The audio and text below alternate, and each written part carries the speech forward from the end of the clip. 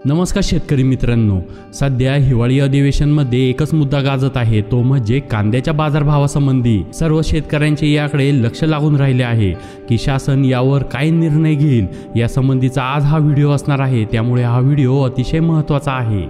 सध्या राज्यातील कांदा उत्पादक शेतकरी संकटात आहे, कारण दिवसेंदिवस कांद्याच्या दरात घसरण होत आहे। यामुळे शेतकऱ्यांसह विविध संघटना आक्रमक होताना दिसत आहे। गेल्या 4 ते 5 दिवसापासून कांद्यात घसरण सुरू असल्यामुळे नाशिक जिल्ह्यातील येवला बाजार समिती, छावा संघटना व शेतकऱ्यांनी लिलाव बंद पाडले आहेत। मनमाड येवला महामार्गावर रास्ता रोको आंदोलन सुरू आहे। तर काय आहेत शेतकऱ्यांच्या मागण्या त्यात आपण पाहू। या दरम्यान कांद्यावरील 20% निर्यात शुल्क रद्द करा, शेतकऱ्यांना 25 रुपये प्रति किलो प्रमाणे अनुदान द्या, अशा मागण्या शेतकऱ्यांनी केल्या आहेत। नाफेड व NCCF या प्रोड्युसर कंपनीच्या माध्यमातून कांदा खरेदीत भ्रष्टाचार झाल्यानं त्याची चौकशी करावी, अशी मागणी देखील शेतकऱ्यांनी केली आहे। या दरम्यान गेल्या काही दिवसापासून कांद्याच्या दरात सातत्याने घसरण होत आहे। याचा मोठा आर्थिक फटका शेतकऱ्यांना बसत आहे, त्यामुळे शेतकरी चिंतेत आहे।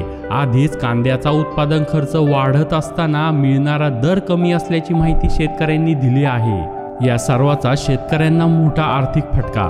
गेल्या काही दिवसापासून कांद्याच्या दरात चांगलीच वाढ होत असल्याचे चित्र पाहायला मिळत होते। सरकारच्या सर्व प्रयत्नांनंतरही कांद्याने आपला भाव कायम ठेवला होता। कांद्याचे दर हे 5000 ते 6000 प्रति क्विंटलच्या आसपास पोहोचले होते।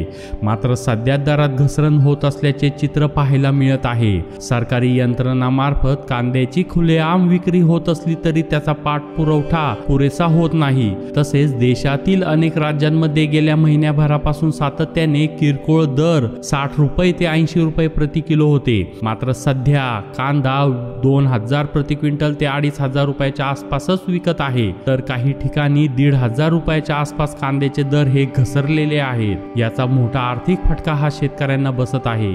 यामुळे 20% निर्यात शुल्क रद्द करावे, अशी शेतकऱ्यांनी मागणी केली आहे। देशांतर्गत बाजारात अचानक कांद्याची मोठ्या प्रमाणात आवक वाढली आहे। या वाढलेल्या आवकेमुळे कांद्याच्या दरात घसरण झाल्याचे बोलले जात आहे। तसेच दुसरा मुद्दा म्हणजे कांद्याच्या निर्यातीवर लावण्यात आलेलं 20% निर्यात शुल्क, याचा देखील परिणाम कांद्याच्या दरावर झाल्याचं बोललं जात आहे।